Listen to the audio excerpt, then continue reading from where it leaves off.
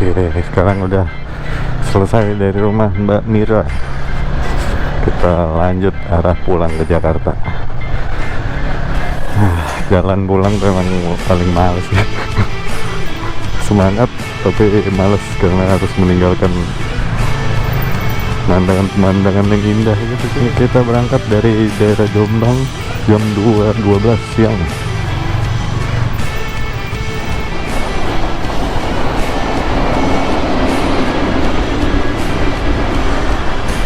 Oke, udah ketemu jalan utama nih, jalan nasional. Speednya biasa aja dulu karena masih di dalam kota, walaupun udah jalur utama tapi pelan-pelan aja dulu. Nanti kita gas ya pas sudah jalan yang udah jarang lampu merah sama perlintasan kereta api nih. Kita sambil ngomongin Kliwon aja kali ya. Jadi Kliwon nih sekarang udah pakai noken as BRT yang seri S1 sama ECU Yukon 5 Plus yang warna hijau. Kalau kemarin ke Dieng tuh kita baru pakai ECU nya doang. Kalau sekarang udah ini sih. Nah kemarin tuh pasang noken asnya kita tetap di tempatnya Mas Sofian situ. Tapi untuk ECU BRT nya sendiri itu kita nyeting di bengkel rekanan BRT. Itu di shop 59 Garage. Itu bengkel rekanan BRT yang ada di dekat rumah gue sih. Ada di daerah Pasar Rebo gitu. Bisa sih ada jelas kok di Google Map, atau hubungin kontaknya langsung bisa lewat IG. Ada nomor WhatsAppnya. Itu langsung diangkat langsung sama ownernya sih, Mas Abdu. Kita langsung janjian, terus bisanya kapan ya udah nyeting langsung. Dia bisa setting on the road, bisa setting di notes. Tapi kalau kemarin ini si Kliwon on the road aja. Kemarin terus karena waktu juga yang mepet sama motor mau dipakai tuh, jadi sempat bolak-balik 3 kali. Kalau sekarang ini udah jos, ini udah settingan terakhir.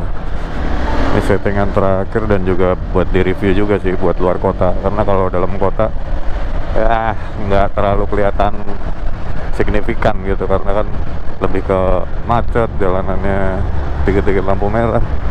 Kecuali kalau jalur trek-trekan baru tuh mungkin bisa dites. Terus sekarang kita mulai dari noken AC dulu kali. Pemasangannya semua PNP. Cuma waktu untuk si Kliwon ini, waktu pemasangan tuh karena si Kliwon ya namanya motor udah lama juga ya. Jadi SIM klep yang lama di bagian in atau X gitu lupa, itu ya biasa kemakan karena pemakaian. Akhirnya kita ngakalin beli SIM baru buat nyesuaiin ukuran biar celah klepnya tuh sesuai sama standar dan bunyinya nggak ngelotok jadinya. Pertama main pasang, pas dipasang langsung bunyinya ngelotok gitu, jaraknya terlalu jauh. Terus dicoba lagi jaraknya terlalu dekat. Tapi kalau sekarang udah setelah lama, ya 4 hari nginep di bengkel Mas Sofian motornya. Nah kalau ukuran celah klepnya udah sesuai sama standar, sisanya sama sih, pemasangan yang lainnya sama, nggak ada yang perlu diganti. Tapi kemarin ini karena si Kliwon sekalian diturunin mesinnya, jadi ya sekalian lah kita ganti. Jadi tensioner juga kita balikin pakai tensioner yang standar awalnya, tapi walaupun akhirnya tetap pakai tensioner racing yang ini, yang di Pro, akhirnya sekarang tetap pakai, nggak jadi ganti. Dan rantai keteng juga ganti jadi rantai keteng yang baru, karena yang lama tuh udah molor gitu. Jadi untuk ganti noken as buat nyari topnya tuh kalau ngitung gigi udah nggak bisa jadi patokan lagi.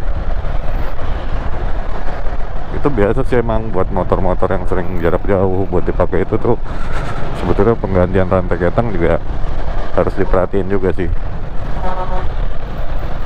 Di kardus noken as BRT sendiri tuh sebetulnya udah ada buku panduan sih buat dia tuh ciri nokennya gimana, terus jaraknya berapa, bakal naik berapa, terus putarannya tuh nanti bakal gimana, itu juga sebetulnya udah cukup jelas. Tinggal teman-teman ini nyari bengkel yang mana yang bagus aja.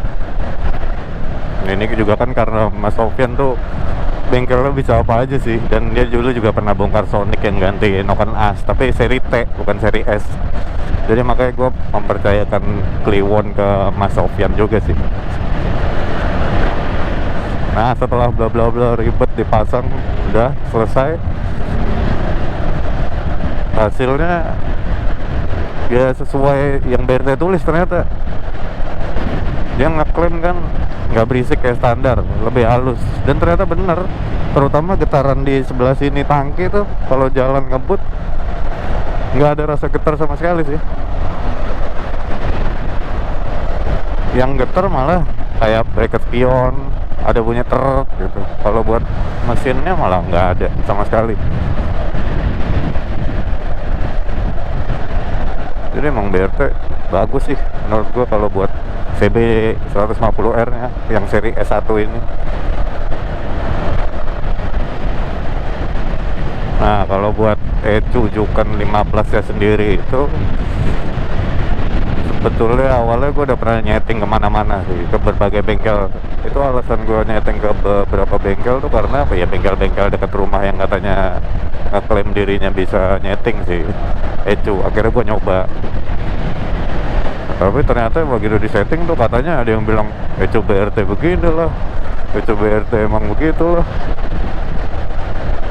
Dan gue juga sempat kemakan kayak, ya masa beli baru kok rusak sih, masa beli baru kok malah nggak bisa disetting idle sih gitu. Sampai gue sempat hubungin klaim servisnya BRT sih, udah dibales, suruh fotoin ECU-nya dan lain-lain, nomor serinya gitu-gitu. Udah sempat. Sampai sekali waktu tuh gue nemu ada bengkel rekanan BRT yang dekat rumah. Tadinya gue hubungin bengkel rekanan BRT, ada dua bengkel rekanan tuh di daerah Ciledug sama Kebayoran Baru kalau nggak salah. Cuma ternyata begitu cari lagi ada bengkel yang lebih dekat, yaitu Shop 59 Garage. Sebetulnya gue udah pernah hubungin itu bengkel, cuma karena waktu itu dia nggak bisa ganti Noken As sekalian, jadi udah nggak masuk di daftar gue mau kesana lah pokoknya. Karena kan emang mereka kan khususnya buat Matic kan biasanya yang kesana, dan settingannya juga biasanya setting Matic. Nah tapi karena waktu itu Noken As yang mau di Mas Sofyan, akhirnya kita di sana nyeting, dan di sana ternyata bisa gitu. Dan akhirnya gue janjian tuh sama Mas Abdu. Mas Abdu sendiri baik sih orangnya, sekalian konsultasi masalah ini, masalah buat ini. Dan dia bilang juga jarang yang pakai ECU BRT itu untuk touring gitu.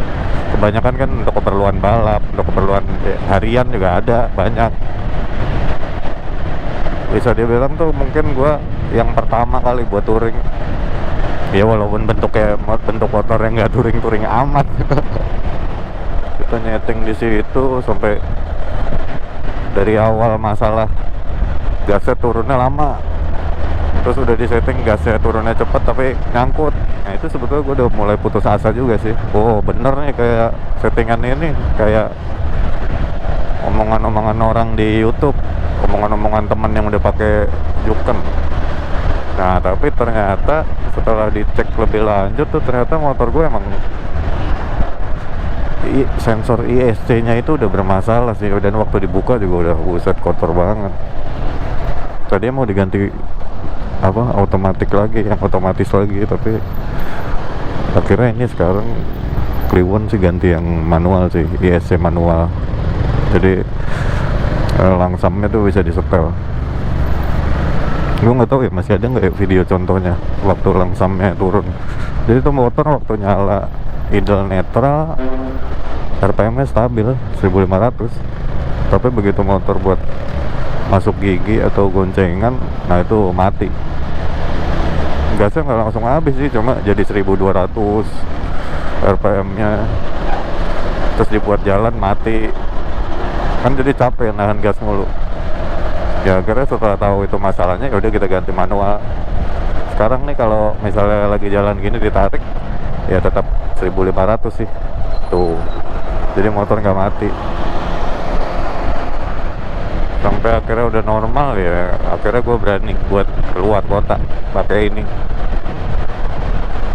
Dan itu pun masih taruhan dari beberapa orang yang ngomong kalau itu Juken tuh kalau udara dingin susah nyalanya.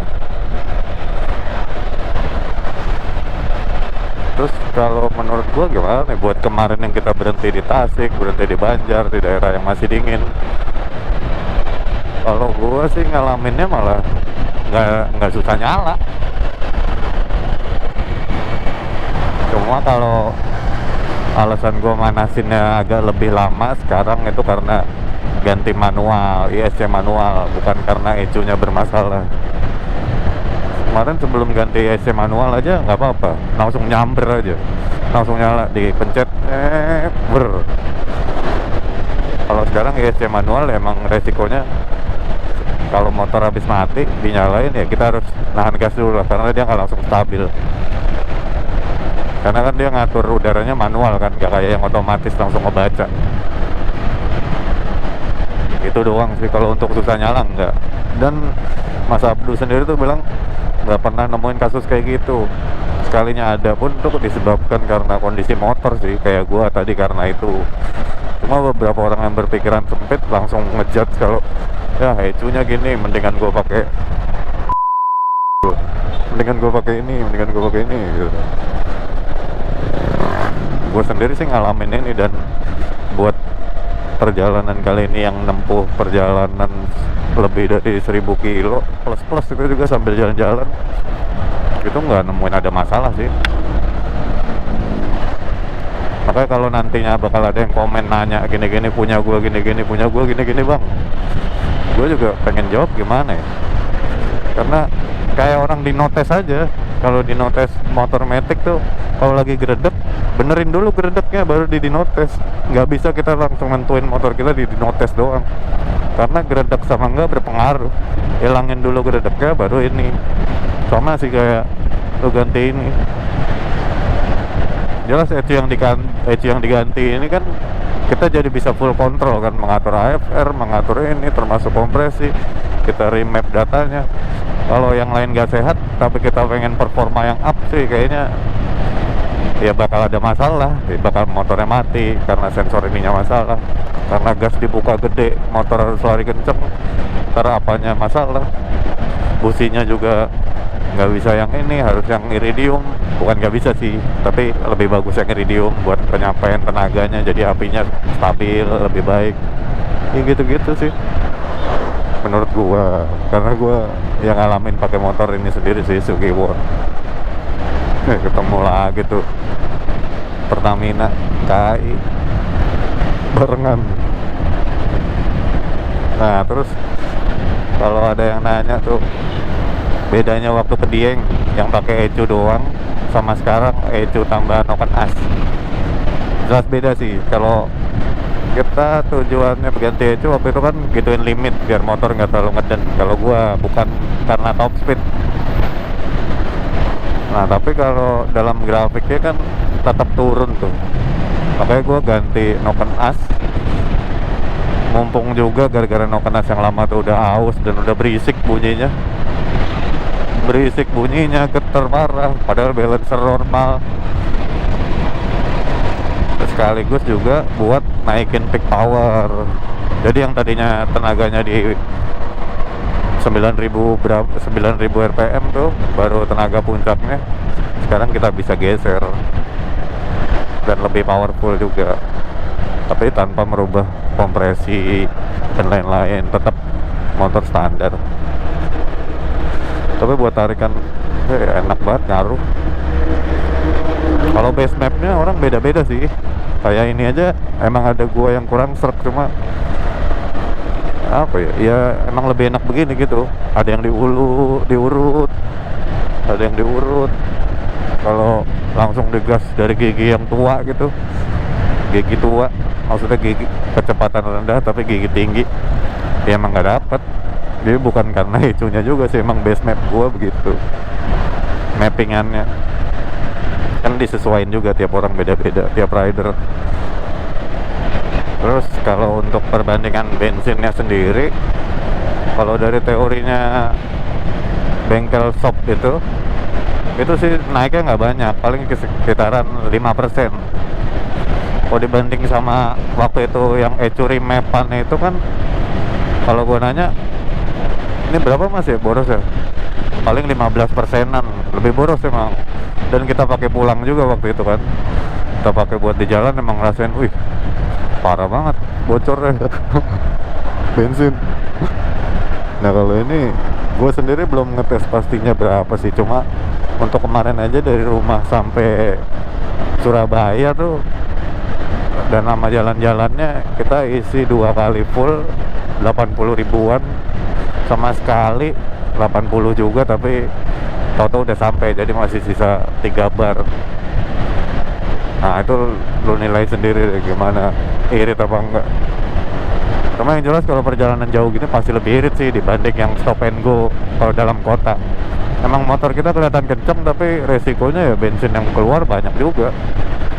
Ini sih tadi isi full dari sana, ntar pengen lihat juga, karena ini kita pulangnya mau lewat jalur utara, nggak lewat selatan lagi, biar berangkatnya aja kemarin. Lumayan buat perbandingan juga kan, kalau dari map kebacanya lebih gampang kalau jalur utara. Jadi habis ngisi lagi nanti di mana, total berapa. Cuma kalau sampai saat ini sih gue bilang ini masih irit, karena ada temannya juga perbandingannya KLX itu. Masih lebih irit lah, masih sanggup. Untuk performa yang kita dapat begini, worth it. Gue juga tidak merekomendasikan buat orang-orang pakai ini sih, karena kan sekarang gue cuma ganti itu doang yang murah, tapi kondisi motor orang nanti mahal, apalagi ngadepin orang yang misalnya nanya awet nggak, ya gimana ya.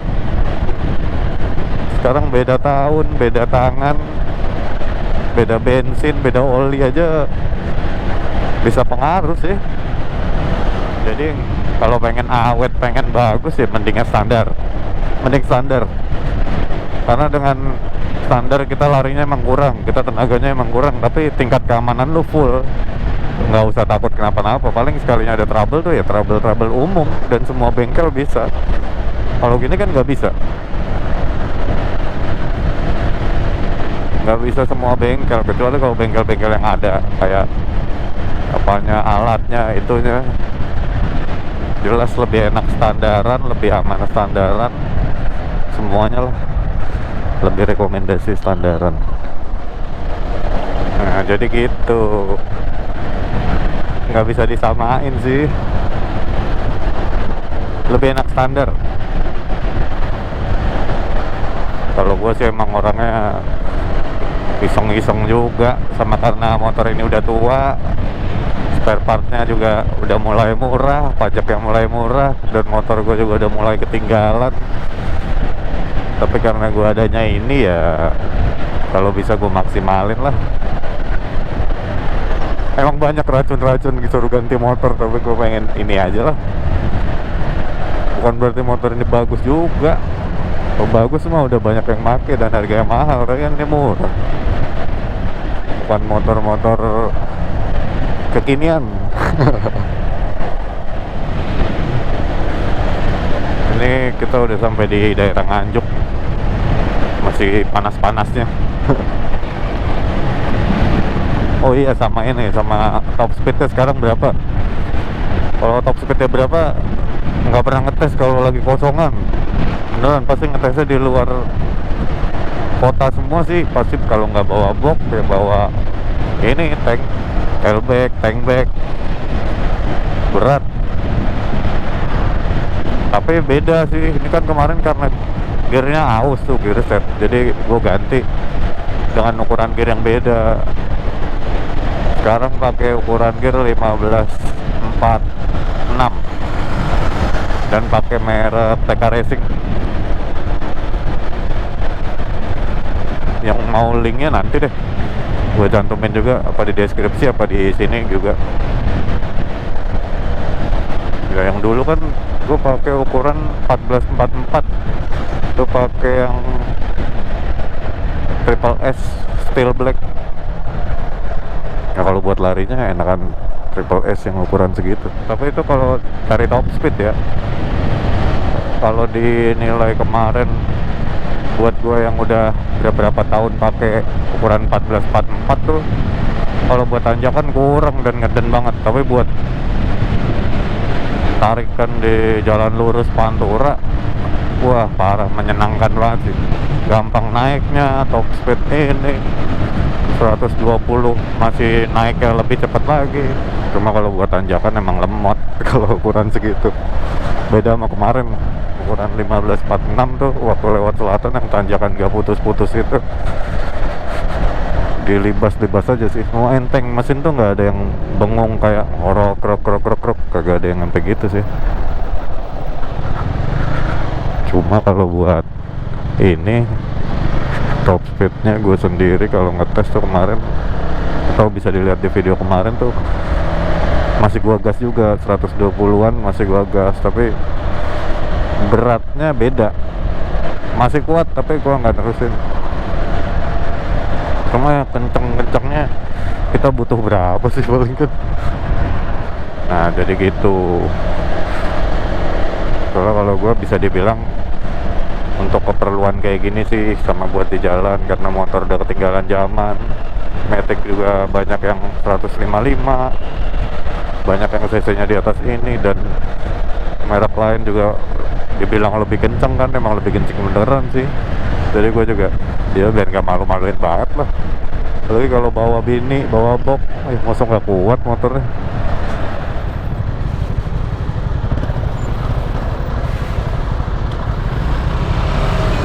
Udah hijau aja baru netral.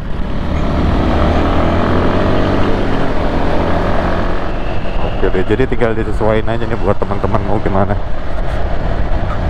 Kalau saran gue sih kalau yang pengen nyoba ya nyoba aja, tapi kalau buat yang ganti sampai pengen selamanya gitu ya jangan berharap juga.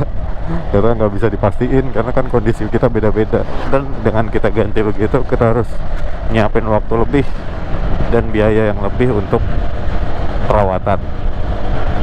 Kecuali kalau lo bisa ngerawat dengan baik, minimal olinya tuh pasti teratur, ininya begitu, yang dan yang lainnya juga teratur juga. Jadi kondisi motor fit dan begitu dibawa juga sesuai keperluan, itu bakal sehat terus sih.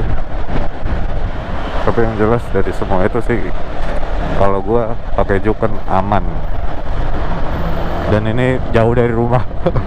Kalau ada apa-apa gue juga bingung, tapi aman.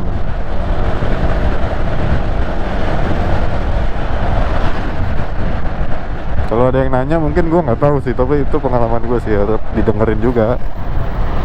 Kalau yang setengah-setengah ya jangan di skip, bisa diulang lagi videonya. Itu yang gue alamin seputar itu aja. Sisanya standar, knalpot standar juga. Masuk Madiun.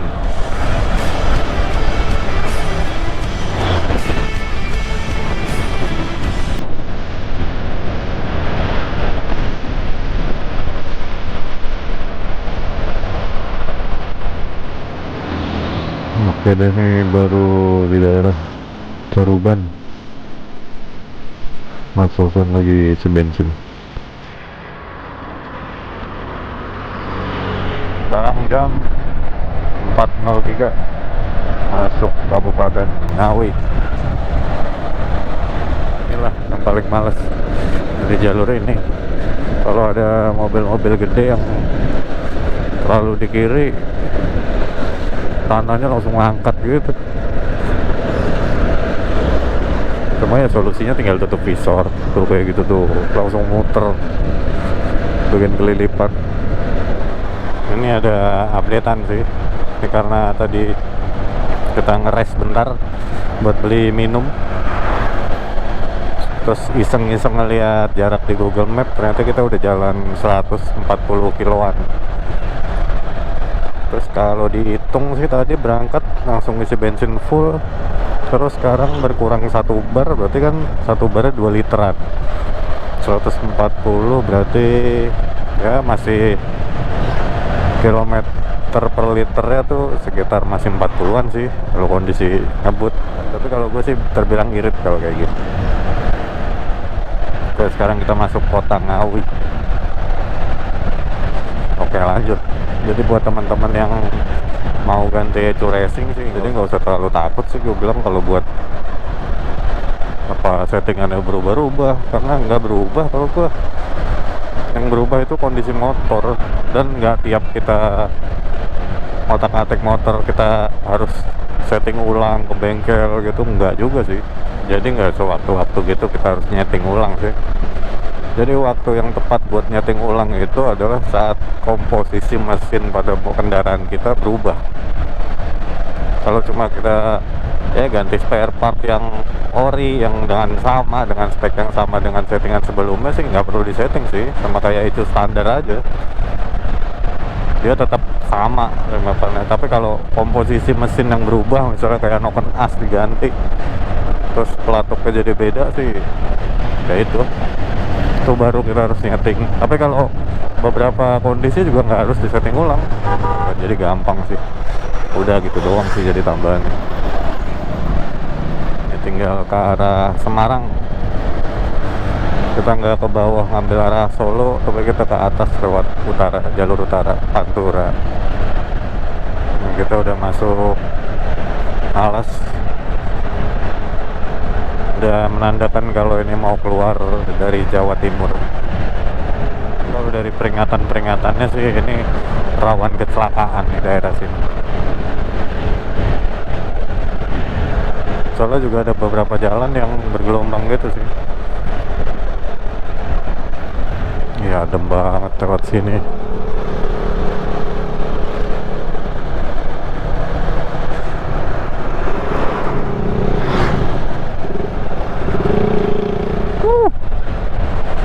Tetep mantap sih kalau lewat sini. Dari arah sana mantap, sini mantap.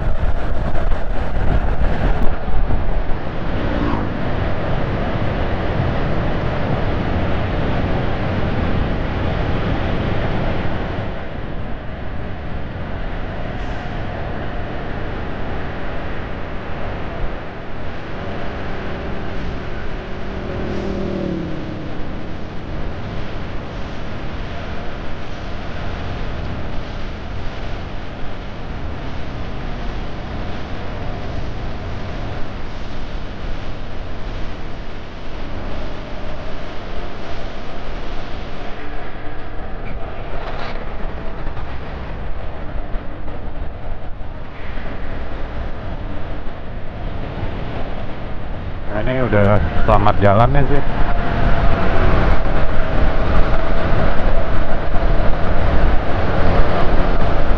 Sekarang udah lepas dari Jawa Timur, sekarang kita menuju Jawa Tengah.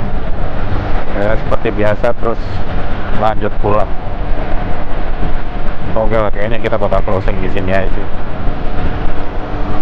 Oke, pokoknya makasih banget buat yang udah nonton nih videonya. Syukur-syukur kalau ada yang nonton dari awal berangkat sampai pulang. Mungkin ada video-video yang kurang jelas sama nggak ada yang kurang bagus ya, tolong dimaklum begini. Buat yang udah subscribe, dukung terus channel ini. Buat yang belum, yuk di subscribe. Pokoknya tetap semangat, tetap sehat selalu buat keluarga di rumah. Salam satu aspal, Rahayu.